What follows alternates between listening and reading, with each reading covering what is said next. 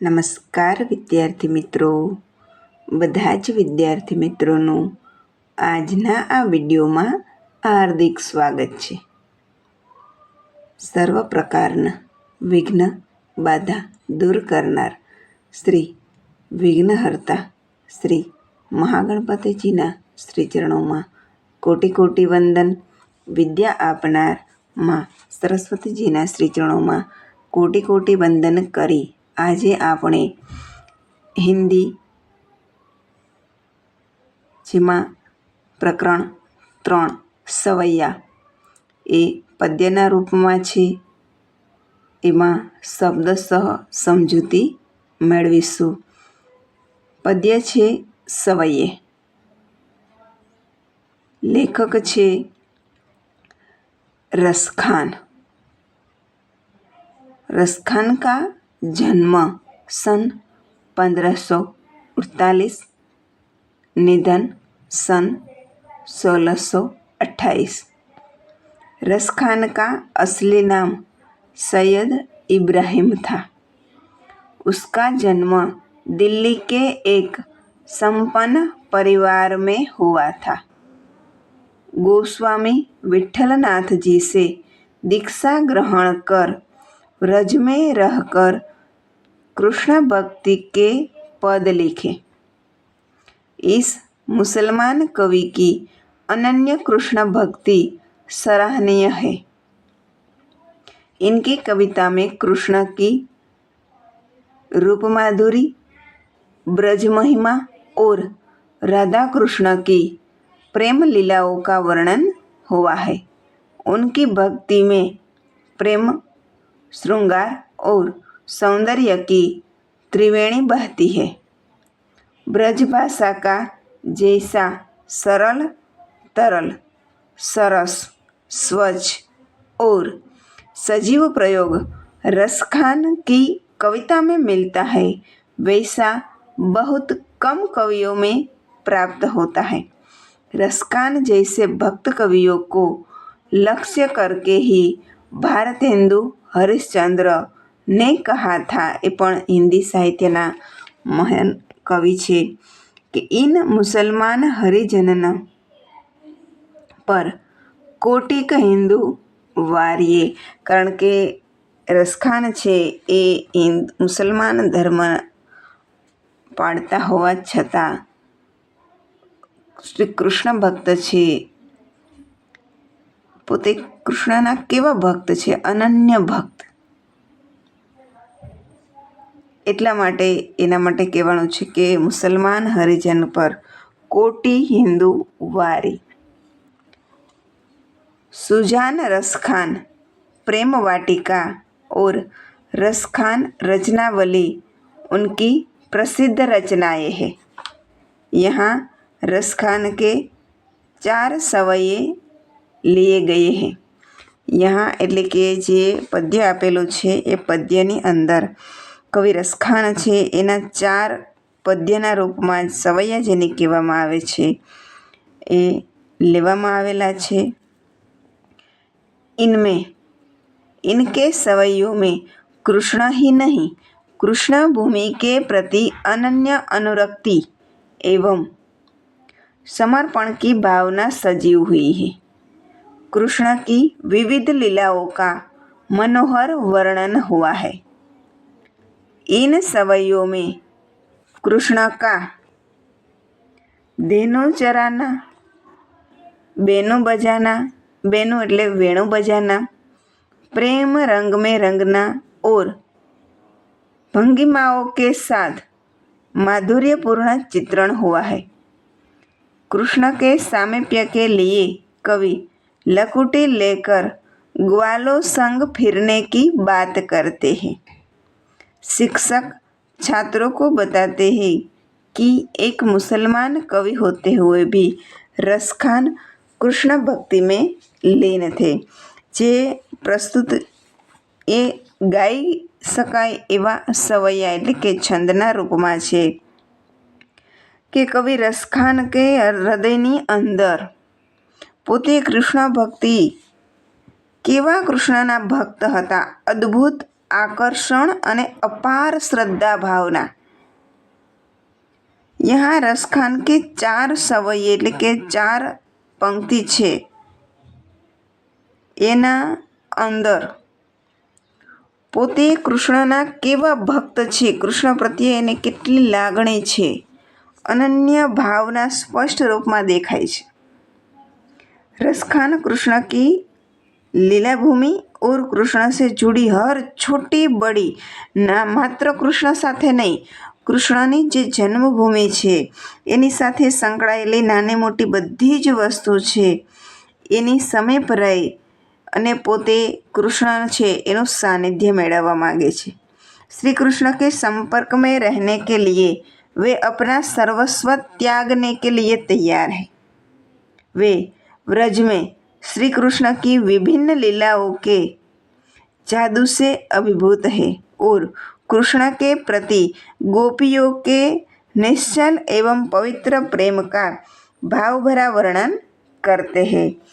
तो अहींया कवि परिचय छे ए આપણે જોયો। હવે આપણે જે સવયા એટલે કે ગાઈ શકાય એ રીતની પંક્તિઓના રૂપમાં છંદના રૂપમાં જે આપેલ છે એ પદ્યનો આપણે અભ્યાસ કરીશું।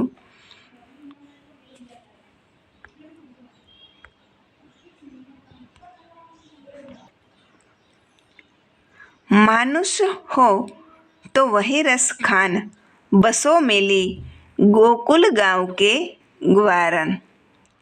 जो पशु हो तो कहा बस मेरो, चरो नित नंद की धेनु मंजारन। पाहन हो तो वही गिरी को जो धरो, कर छत्र पुरंदर कारण। जो खग हो तो बसेरो करो मिली, कालिंदी कुल कदम्ब की डारन। 4 पंक्ति ચારેયની અંદર પોતાનો ભાવ કે પોતે શ્રી કૃષ્ણની સાથે કઈ કઈ રીતે રહેવા માગે છે, કઈ રીતે પ્રભુનું સાનિધ્ય મેળવવા માગે છે। માનુષ જો હું કવિ રસખાન કહે છે કે વ્રજભૂમિ માટે એટલા વ્યાકુળ છે કે તેઓ બીજા જન્મમાં શ્રી કૃષ્ણની જન્મભૂમિમાં જન્મ લેવાની કામના કરે છે। તેઓ કહે છે કે જો મને મનુષ્ય યોનિમાં જન્મ પ્રાપ્ત, માનુષ એટલે મનુષ્ય યોનિ છે એમાં જન્મ પ્રાપ્ત કરવાનું સૌભાગ્ય મળે તો હું ગોકુળમાં જ જન્મ લઉં। ગોકુળ ગાંવ કે ગ્વારન એના અર્થમાં છે કે ગોકુળ ગામ છે એમાં જન્મ લઉં અને ત્યાં ગ્વારન એટલે ગોવાળ કે ત્યાં ગામના ગોવાળિયાઓ સાથે મળી અને નિવાસ કરવો। બસો એટલે વાસ કરવો, વસવાટ કરવો એના અર્થમાં છે કે જો હું મનુષ્ય જન્મ લઉં તો ગોકુળ ગામની અંદર મારો જન્મ થાય અને ત્યાં પણ જ્યાં ગોવાળિયાઓ છે એ ગોવાળિયાની સાથે હું વસવાટ કરું। ત્યાર પછી આગળ તેઓ કહે છે કે જો પશુ એટલે પ્રાણીઓના અર્થમાં છે, પશુ પક્ષીઓ પ્રાણીઓ એના અર્થમાં છે કે જો પશુ હો તો કહા બસ મેરો, કે જો મને પશુ યોનિમાં જન્મ મળે તો એ બાબતમાં અધિકાર નથી। કહા બસ મેરો કે મનુષ્ય અવતાર જ મળે એ મારા અધિકારની વાત નથી, એટલે કે જો મને પશુ અવતાર મળે તો હું શું કરવા માગું છું। ચરો નિતનંદ કી ધેનુ મંજારન, તેઓ ફક્ત એટલું જ ઈચ્છે છે કે પ્રતિદિન તેમને નંદરાજાની ગાયોની વચ્ચે ચરવાનો, ચેરો એટલે ચરવું, નિત એટલે દરરોજ, નંદ એ નંદ બાબાના અર્થમાં છે, ધેનુ એ ગાય અને મંજારન એટલે મધ્યમાં, બીચમાં। એટલે જ આખું વાક્ય તમે જોઈ શકો છો કે પ્રતિદિન તેમને નંદરાજાની ગાયોની વચ્ચે ચરવાનો અવસર મળે। ત્યાર પછી જો આપણે જોયું કે મનુષ્ય બનીને શું કરવા માંગે છે, પશુ બનીને શું કરવા માંગે છે। હવે પાહન એટલે પથ્થર, જો એને પથ્થર બનવાનો અવસર મળે તો પોતે શું ઈચ્છે છે? પાહન હો તો વહી ગિરી કો, કે જો તેઓ પથ્થર બને તો એ જ ગોવર્ધન પર્વતનો પથ્થર બને, જેને શ્રીકૃષ્ણે ઇન્દ્રના કોપને કારણે પોતાના હાથમાં છત્રની જેમ ઉપાડી લીધો હતો. શું કહે છે કે પુરંદર એટલે હિરણ. ઇન્દ્રના અર્થમાં છે કે ધર્યો એટલે ધારણ કરવો, ગિરી એટલે ગિરિરાજ પર્વતની વાત છે કે જો હું પથ્થર બનું તો એ જ ગિરી પર્વત છે એનો પથ્થર બનવા માંગુ છું, કે જેણે પુરંદર એટલે કે ઇન્દ્રના ક્રોધના કારણે સમગ્ર નગરજનો છે એની રક્ષા કરવા માટે ગોવર્ધન પર્વત છે એને છત્રની જેમ ઉપાડી લીધો હતો. ત્યાર પછી આગળ કહે છે કે જો ખગ હો તો બસેરો. ખગ એ પક્ષીના અર્થમાં છે કે જો ખગ હો, જો પક્ષી બનું, જો મને આગલા જન્મમાં પક્ષી બનવાની તક મળે તો તેઓ ગોકુળમાં અન્ય પક્ષીઓની સાથે મળીને યમુનાના કિનારે આવેલા કદંબના વૃક્ષોની ડાળીઓ પર નિવાસ કરે. પોતાના વિચારો કે મનુષ્ય બને તો શું? તો કે મનુષ્ય યોનિમાં જો મારો જન્મ થાય તો ગોકુળ ગામની અંદર જ જન્મ થાય, અને ખાસ કરી અને ગોવાળિયાઓ છે એની સાથે રહી એની સાથે વસવાટ કરવાનો આનંદ લેવાની ઈચ્છા વ્યક્ત કરે છે. ત્યાર પછી જો પશુ બને તો શું કરવાની ઈચ્છા, કે જો મને પશુ અવતાર મળે તો હું એટલું જ ઈચ્છું કે પશુ અવતારમાં નંદ બાબાની જે ગાયો છે એ ગાયોની સાથે ગાયોની મધ્યમાં રહી પોતાને પણ એની સાથે ચરવા જવાનો, સાથે રહેવાનો સાનિધ્ય મળે, કે જેના કારણે છે પ્રભુ છે એ પોતાને સમીપ દેખાય, એનું સાનિધ્ય મળે. ત્યાર પછી પથ્થર બને તો ગિરિરાજ પર્વતનો પથ્થર બનવાની ઈચ્છા વ્યક્ત કરે છે, અને પક્ષી બને તો પક્ષી બની અને વસવાટ ક્યાં કરવા માંગે છે, કે અન્ય સાથી મિત્રોની સાથે કાલિંદી નદીના કિનારે જે કદંબનું વૃક્ષ છે ત્યાં પોતે છે એ વસવાટ કરવા માંગે છે. હવે બીજી પંક્તિ જોઈએ. યા લકુટી અરુ કામરિયા. યા લકુટી અરુ કામરિયા પર રાજતિહુ પુરકો તજી ડારો. આઠહુ સિદ્ધિ નવો નિધિ કો સુખ નંદકી ધેનુ ચરાય બિસારો. રસખાન કબો ઇન આખિન સો બ્રજ કે બન બાગ તડાંગ નિહારો. કોટી કહું કલ ધોત કે ધામ કરેલ કે કુંજન ઉપર વારો. યા લકુટી એટલે લાકડીના અર્થમાં છે. અરુ એ ઓરના અર્થમાં છે, કે યા લકુટી એટલે લાકડી, ઓર કામરિયા એટલે કે કમલી, છોટા કંબળ, કે જે આપણે સૌ જાણીએ છીએ કે કૃષ્ણ છે એ કાળી કામળી અને લાકડી લઈ અને જે ગાયો ચરાવવા જતા હતા એના અર્થમાં છે કે લાકડી અને કામરિયા પર રાજતિહુ પુરકો તજી ડારો. કે કવિ રસખાન કહે છે કે જો મને શ્રી કૃષ્ણની તે લાકડી અને કામળી પ્રાપ્ત કરવાનો અવસર મળે, જેને લઈને શ્રી કૃષ્ણ ગાયો ચરાવવા જતા હતા, તેને માટે હું આકાશ તિહુ પુરકો તજી ડારો. તજી એના માટે શું તું પોતે ત્યજવા તૈયાર છે, કે હું મોટું આકાશ, પાતાળ અને મૃત્યુલોક અર્થાત ત્રણેય લોકના રાજ્યનો પણ ત્યાગ કરી દઉં. શું કહે છે કે પ્રભુ જે લાકડી અને કામળી લઈ, કંબલ જે પોતાની સાથે લઈ અને ગાયો ચરાવવા જતા હતા, એ જો પ્રાપ્ત કરવાનો એને અવસર મળે તો ત્રણેય લોક, આકાશ, પાતાળ અને મૃત્યુલોક, એ ત્રણેય લોકના રાજ્યનો પણ ત્યાગ કરવા તૈયાર છે. ત્યાર પછી શું કહે છે कि 8 सिद्धि नवनिधि को सुख नंद की धेनु चराए बिसारो। તેઓ કહે છે કે જો મને નંદરાજાની ગાયોને વનમાં લઈ જઈને ચરાવવાનું સદભાગ્ય મળે,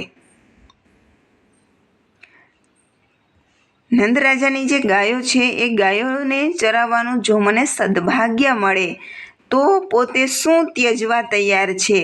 8 સિદ્ધિ અને 9 નિધિઓનું જે સુખ છે એ સુખ છે પોતે ત્યજવા તૈયાર છે. ત્યાર પછી આગળ કહે છે,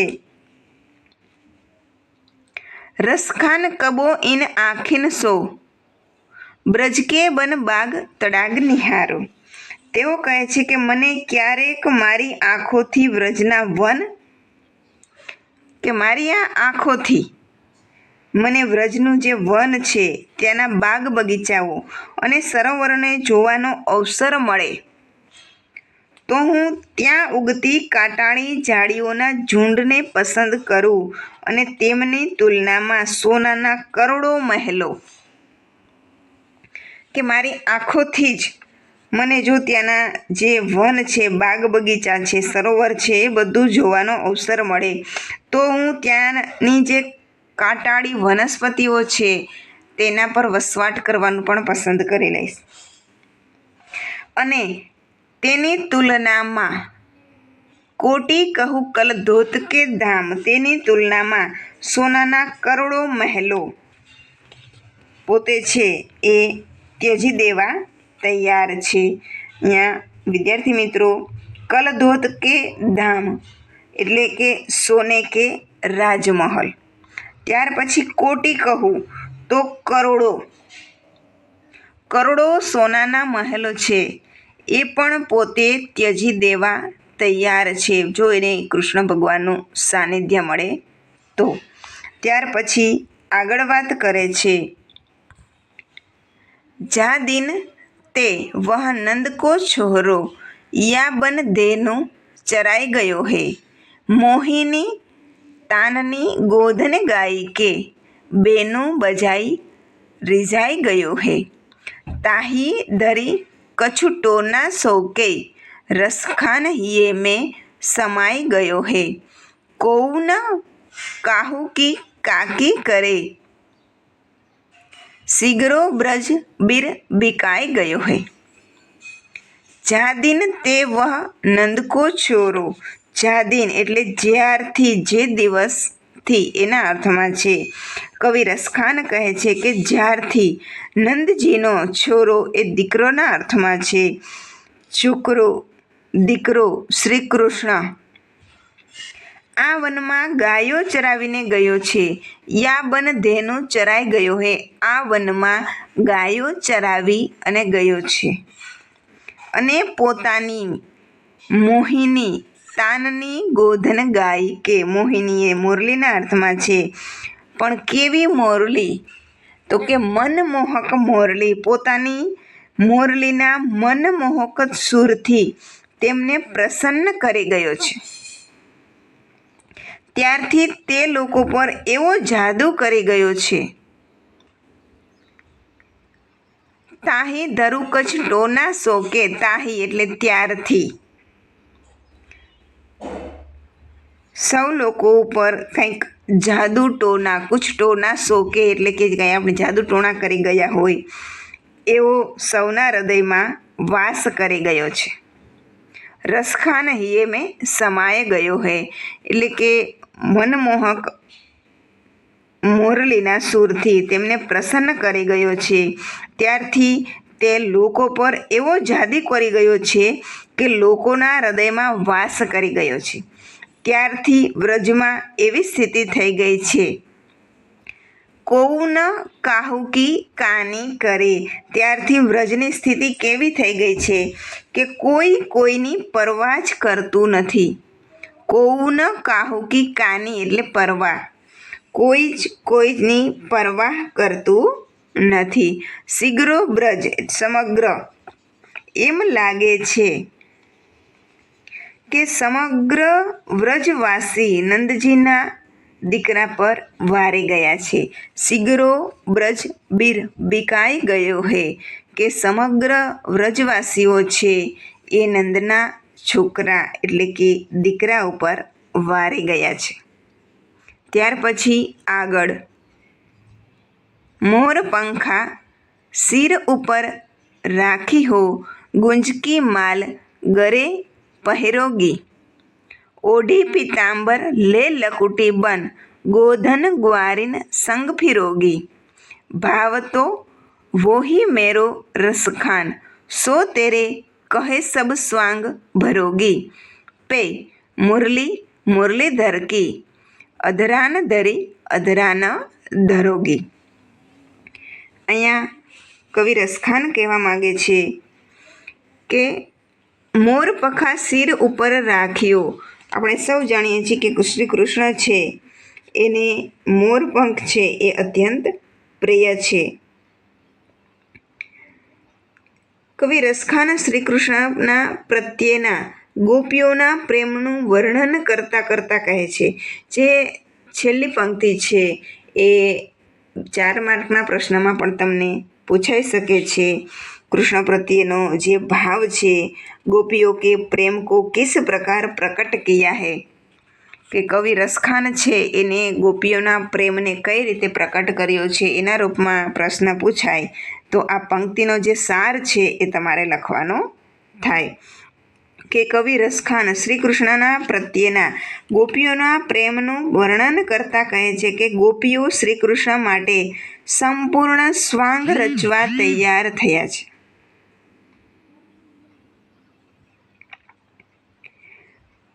જે કાંઈ શ્રી કૃષ્ણને પ્રિય હતું, મોર પંખા સિર ઉપર રાખ્યો. જે કૃષ્ણ છે એને પ્રિય હતું મોરપંખ, એ પોતાના સિર ઉપર ધારણ કર્યું છે. ગુંજકી માલ ગરે પહેરોની, કે ગુંજાની જે માળા છે, ગરે એટલે કંઠમાં, પોતે ધારણ કરે છે. કે જે કાંઈ શ્રી કૃષ્ણને પ્રિય હતું, ગોપીઓ કહે છે કે તેઓ શ્રી કૃષ્ણની જેમ પોતાના મસ્તક ઉપર મોરપીંછ ધારણ કરશે.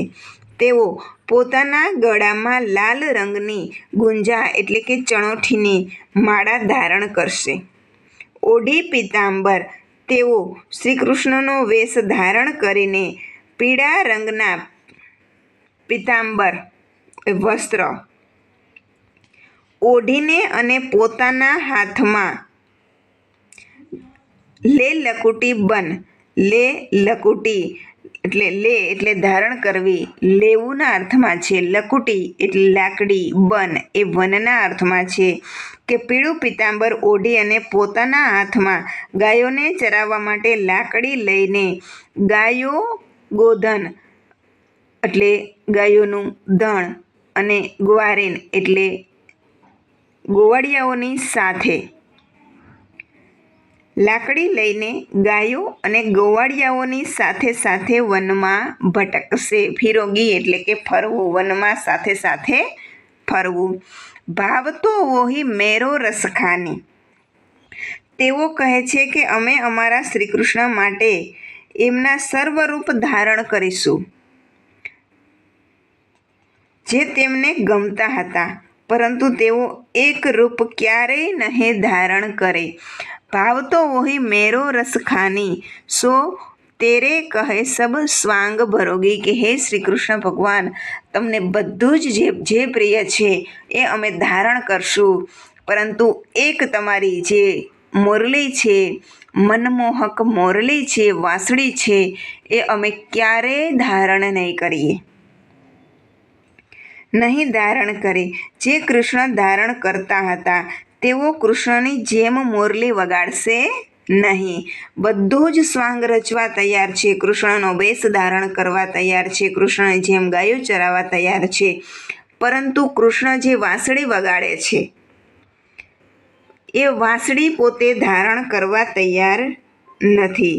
કારણ પણ આપેલું છે કે અધરાન ધરી અધરાન ધરોગી, કે શ્રી કૃષ્ણએ પોતાના હોઠ પર મૂકીને વગાડી હતી તે મોરલીને અમે અમારા હોઠ ઉપર કદી નહીં મૂકીએ, કારણ કે તેનાથી તે અપવિત્ર થઈ જશે. જો મોરલી છે, વાંસળી છે, એને સુકામાં ધારણ કરવા નથી માંગતી ગોપીઓ, સંપૂર્ણ કૃષ્ણવેશ ધારણ કરવા માગે છે. કૃષ્ણની જેમ સજી ધજી ગાયોનું ચરાવવા વનમાં પણ ભટકવા તૈયાર છે, પરંતુ કૃષ્ણ જે વાંસળી વગાડે છે એ વાંસળીને ધારણ કરવા તૈયાર નથી. કારણ કે કૃષ્ણ છે એને ઓઠનો સ્પર્શ કરાવી અને વાંસળી વગાડે છે. તો એ જ જો વાંસળી છે એ ગોપીઓ ધારણ કરે તો એ કેવી થઈ જાય? તો કે અપવિત્ર થઈ જાય. એ હેતુથી છે તેઓ વાંસળી છે એ ધારણ કરવાની ના પાડે છે. એટલે કે તેઓ પોતાના આરાધ્યની સાથે તેવો વ્યવહાર કદી કરવા ઈચ્છતી નથી. તો તમે જોઈ શકો છો વિદ્યાર્થી મિત્રો, જો શબ્દસહ સમજૂતી મેળવેલી છે આ પાઠ્ય છે એની અંદર ખાસ કરીને સમાનાર્થી શબ્દ છે એ તમારે યાદ રાખવાના છે.